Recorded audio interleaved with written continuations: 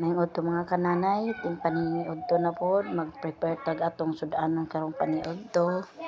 Mo ni siya ang akong sangkap. Nay okra, nay tinangkong ug nay sitaw. Ako na nang gi-chop ang mga recados para pagsangkot siya ready na tanan. Nay dilis ug ang pinaka the best, talbos ng ampalaya. Ug naputay hibi mga kananay.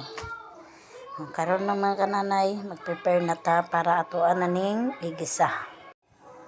Put ta og little amount of oil para magisa na to ang atong mga sangkap. Kamatis, bawang, sibuyas. Na atong pan mga kananay, no? Ito na ibutang dayon ning kuan. Unahon lang nato ning kamatis kay para dili masunog ang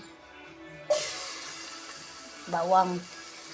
Nara po dipindi ra po na ninyo mga kananay kung unsa inyong gustong unahon, pero ako kamatis ako akay aron dili masunog ang bawang. Nana na kananay para manurop ang kalami sa atong sudan nga kanon.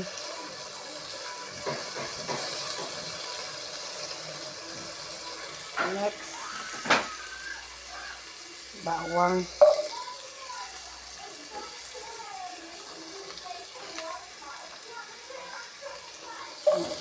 Pansin ninyo mga kananay, no, naa na siya gamay nga sabaw kay daghan manggod mi mga kananay para maigo ba.